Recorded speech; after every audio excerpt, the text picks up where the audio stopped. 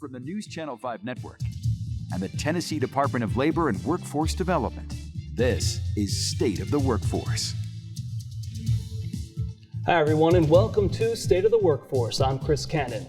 A new way of building businesses in Tennessee, that's in just 30 seconds. First, a workforce update from Northeast Tennessee.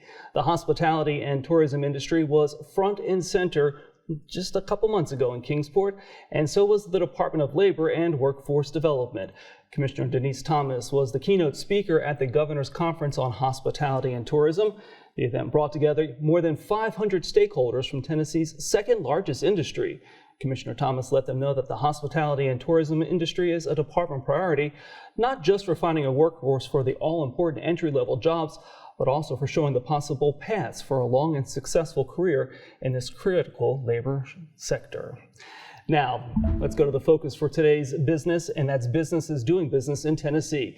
Commissioner Thomas is here today, along with Deputy Governor and Commissioner Stuart McWhorter from the Department of Economic and Community Development. And today we are discussing TNWorks, and thank you both for being here today. Deputy Governor, first, your department leads the charge of recruiting businesses and expanding businesses in Tennessee. It's already November. What's 2025 been like so far? It's been an interesting year, a good year, but interesting in a way that what we're facing sort of economically across the globe, whether it's high interest rates, just the geopolitical pressures that are out there, new administration in D.C. And so we have been very active. We've had close to just over 50 projects announced this year. About 6,000 new jobs, net new jobs. And what's really interesting is about $4 billion of CapEx, so capital investment. These companies, these 50 or so projects, investing approximately $4 billion in our state, which is remarkable. It's a lot of money. And even in what I wouldn't necessarily say a slow year, but this sort of an unusual year where we've had ebbs and flows and ups and downs. But we're looking to finish the year strong. We've got a few projects that we're going to try to close before the end of the year. So we're really excited about it. Tennessee continues to be a strong brand for businesses around the globe, and they want to be here and expand here. And we love that. Commissioner Thomas, tell me about Governor Lee's vision for departments working together to build that workforce. He brings them in, but they have to have the workers to work there.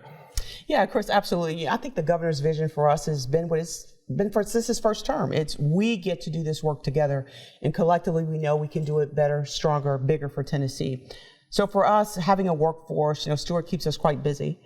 So each time we get a project, it's important for us to all come together to align and sequencing our services in such a way that businesses know once they announce that the workforce plan is in action, not down the road, but right away. And so part of that is identifying where resources lie with each department, who's better positioned to go in first. And so it's a matter of just ensuring that we can coordinate in such a way that we can support them, not just for at the time that they land, but for the long term. We become partners instantly for the long run in Tennessee. And so we've been able to do that with a high level of success. We hope to continue to do that in our state. How important is that unified voice in not only landing those projects, but then making them come to fruition? Well, I think a unified voice is extremely critical. We hear this often from CEOs of these companies about how well state agencies work together. I know that Commissioner Thomas and I, our respective departments, a handful of others, we do a lot of work together. We try to communicate as much as possible about what's going on so that is not only presenting well to the customer, to these projects and these CEOs, but it also allows, once we ink the deal, what we always tell them is this is just the beginning of the relationship. We're going to be with you throughout the process, whether it's opening the plant or continuing on and hiring, making sure you have access, in this case, as we talk about workforce, to a skilled workforce. And so that's not something that's necessarily in our department's wheelhouse, but it's in Deniece Thomas's wheelhouse. And that's where we really want to make sure that we're coordinating and making good handoff along the way. And you mentioned that you have been working together. It's not as if you don't talk and work together, but TNWorks, the new initiative from the state, that makes it more a cohesive plan. It's set in stone, and there's a plan there to go forward. Yeah, we've been really blessed in Tennessee to have great partnerships. I think the Tennessee Works concept is just an initiative to really strengthen that alignment and coordination. So now it's actually, we have a certain set of players, everybody has the same playbook, and we all know when to execute. And I think that's critically important. We know where strengths lie in each department. We know the resources that we have, but that's not always communicated well to business and industry. We've heard from them very clearly. We don't want 4 or 5 people coming to us with a solution. We want a gateway that we can access everything the state has to offer. What's so incredibly important and unique about TNWorks in Tennessee is that not only is there sort of a central point for this hub, but it brings together all of those resources to bear. Not everybody has to play expert, but we also know when to tag our partners to come in and kind of add on. So there's this continuum of high level of service and optimization for business and industry. And it's not just at the state level. The goal for this hub is to tag regional and local resources as well. We think businesses will appreciate the effort, and we think that just further sets Tennessee apart. And it's 6 major agencies, and you see them on the screen right now. It's Labor and Workforce Development, Economic Community Development, Human Services, Education, THEC, and TBR. I finally remember them all. I remember them all. It's been a while there. And Commissioner and Deputy Governor now, as your Deputy Governor, tell me how your team will use TNWorks. You're out there selling Tennessee. Right. How will they use TNWorks to make that sale? Yeah, I think it's really important for our team to make sure that we're listening to again, the customer, the management teams, the CEOs of these projects we work with in terms of what their desires are for a workforce and a skilled workforce. So in a lot of cases, we are in the very early stages of these conversations, knowing that it's 12, 18 months, 24 months, whatever the time frame is, that they want to make sure that they have a skilled workforce in place the day they turn the lights on, whenever they roll out the first product, whatever it is. And so it's super critical for us to make sure that we're all coordinating. All the agencies that you mentioned are aware and aligned, because it's a huge selling point for us. To be able to hand that off through this process collectively and collaboratively like we are, I think makes all the difference. We I think intuitively know there are some aspects of what other agencies are doing, but it hasn't been coordinated, I think, the way that we all collectively want it to be and know that it can be. And that's what's exciting about this. And I think it's going to just give us yet another very competitive advantage to what we do in recruiting. And the collaborative aspect is one part of TNWorks, but there's a training aspect too. There's money there to train the workforce. Kind of give us an overview of that. Yeah, so I think we launched this at the Governor's Conference for Hospitality and Tourism, our Tennessee Talent Initiative.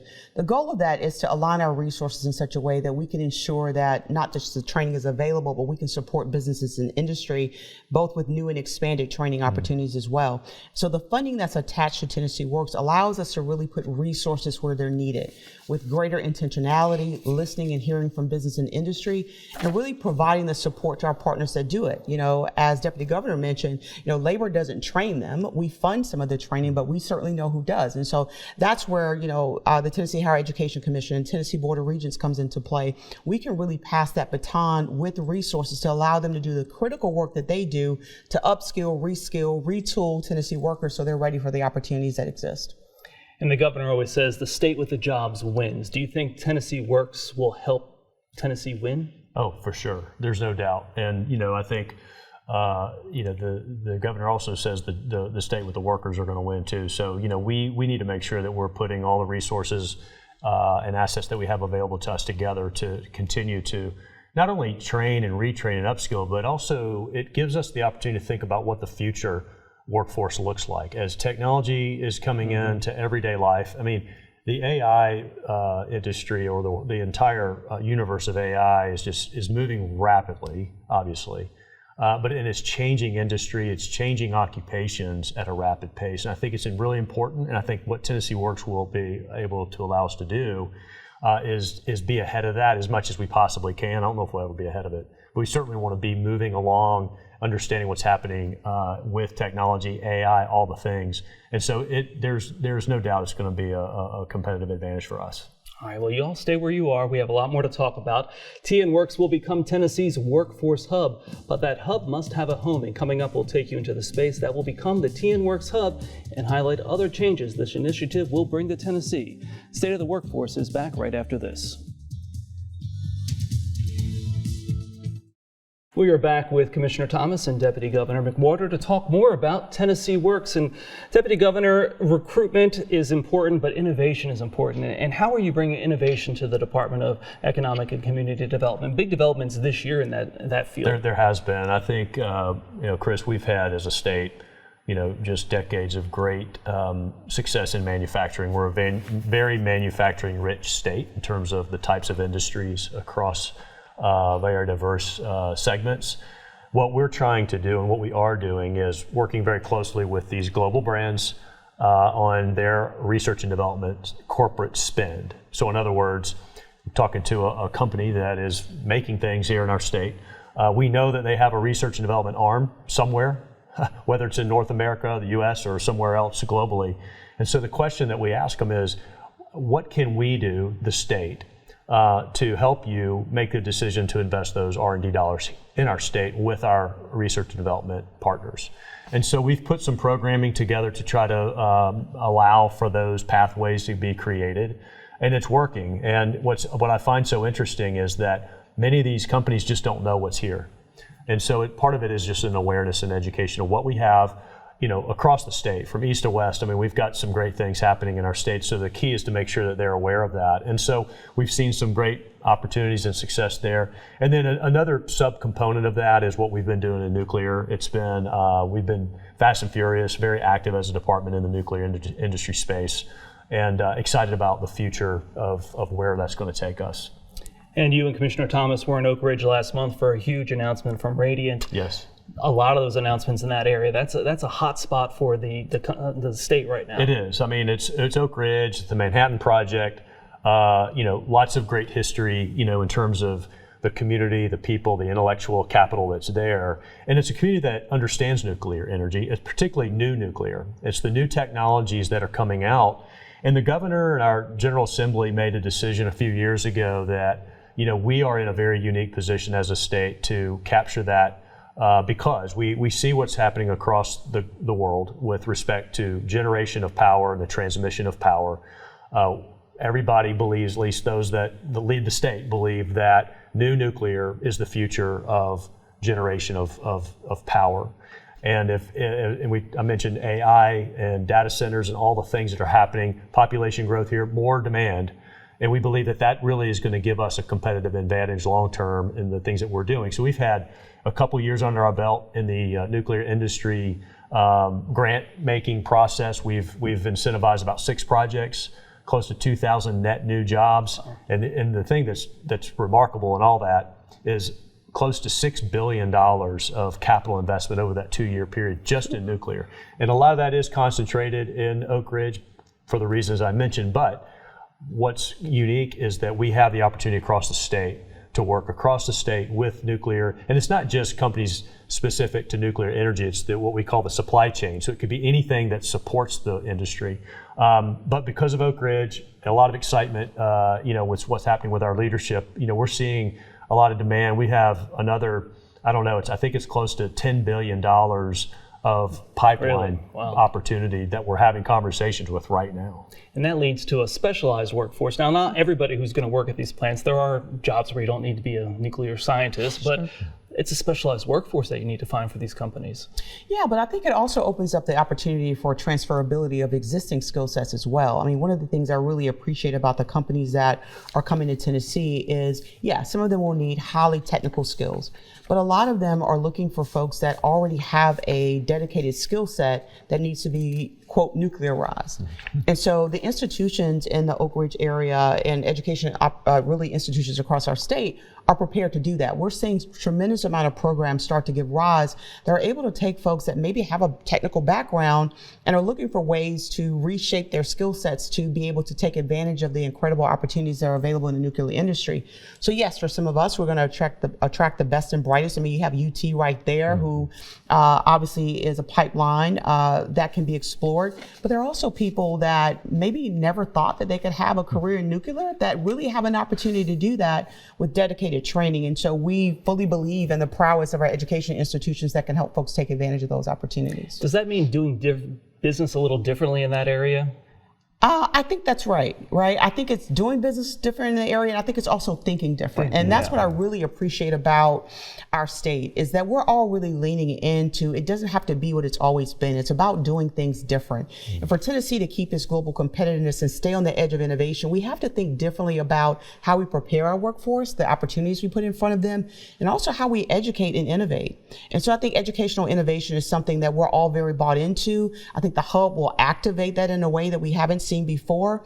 And again, we're going to lean on what we know works, and that's we do an incredible job recruiting and training workforce in Tennessee. Well, it is an exciting time, that is for sure. And we're going to continue this conversation because education plays a big role in the TNWorks plan, because that's where the training comes in. Next, we'll discuss the pivotal role the Tennessee Higher Education Commission and the Tennessee Board of Regents play in TNWorks. Stay with us. We'll be right back with more State of the Workforce. A key component of TNWorks is training and skilled and having that workforce meet the demands of industry.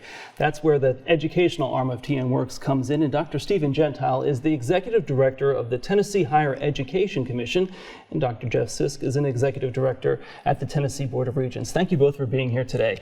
Dr. Gentile, let's go over why it's so important for education to be at the table when it comes to TNWorks and building the state's workforce. Absolutely, Chris. Well, when higher education is at the table, we can ensure that the degrees, the programs, the curriculum that our institutions are providing directly align with the workforce needs of today and of tomorrow.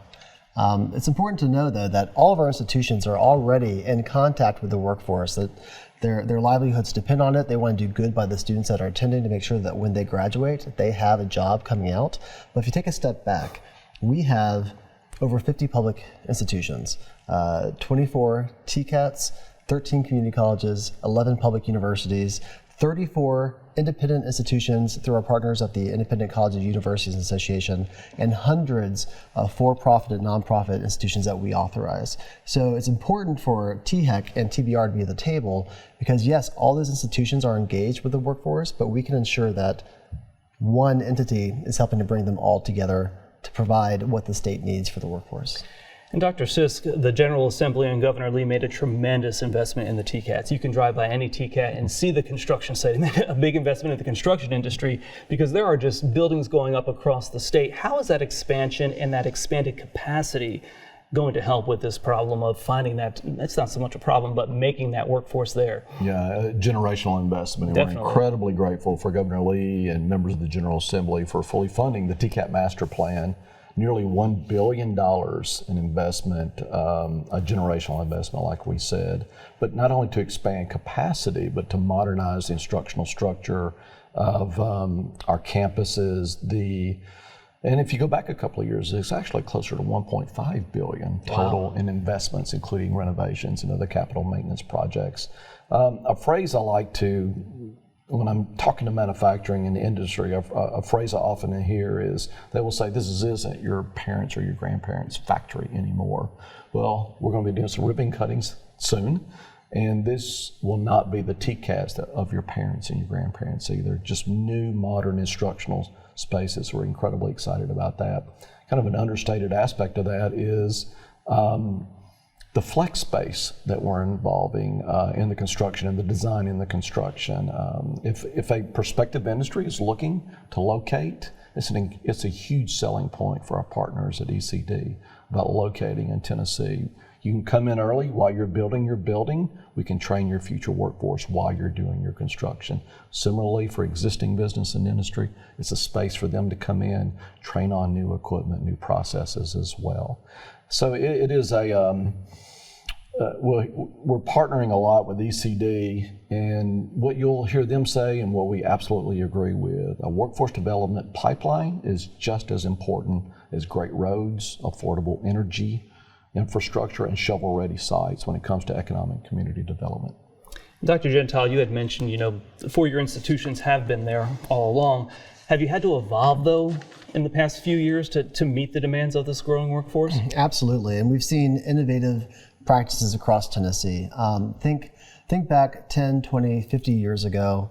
It was the traditional pathways were community colleges to university, students who wanted to get a degree in name your field, but it was always a Bachelor of Arts, Bachelor of Science. What we're seeing from our universities now is that they're expanding those traditional pathways, allowing students who, say, graduate from a community college with an Associate of Applied Science, meaning they have a degree that they can go directly into the workforce, but if they want to, later on in their career, transfer onto a university. East Tennessee State University comes to mind, UT Chattanooga. They have developed Bachelor of Applied Sciences where they can help those students who are already in the workforce get some management skills later on so they can contribute to that workforce in that way.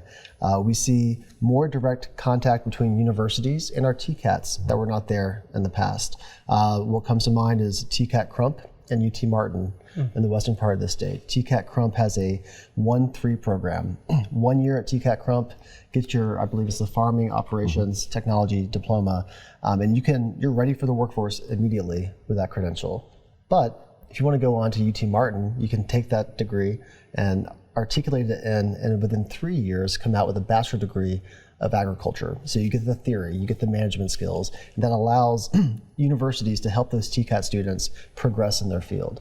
You see other things that stand out in my mind beyond what's in the curriculum, research and development. Our universities contribute over billions of dollars to research and development in the state of Tennessee. That R&D makes sure that we have innovative, future-looking careers 10, 20, 30 years from now. Nuclear energy at UT Knoxville and Tennessee Tech, quantum at UT Chattanooga and MTSU, logistics and transportation at University of Memphis. All of that work helps make sure that we have thriving careers decades from now. We have just a few seconds left. What would you say to someone with the new momentum behind TNWorks that's coming out of school or at a career they want to change things up? What is your message to them and your advice? Yeah, so TBR's mission is pretty succinct. Student success and workforce development, pretty short but fairly deep. You enroll at a TBR institution. That student success mission ensures that we're focused on your success as a student as you progress through a program of study or your degree of choice. TBR colleges are a great place to start. All right, well, thank you very much. And that is the State of Tennessee's Workforce. Thanks so much for joining us. We'll see you next time.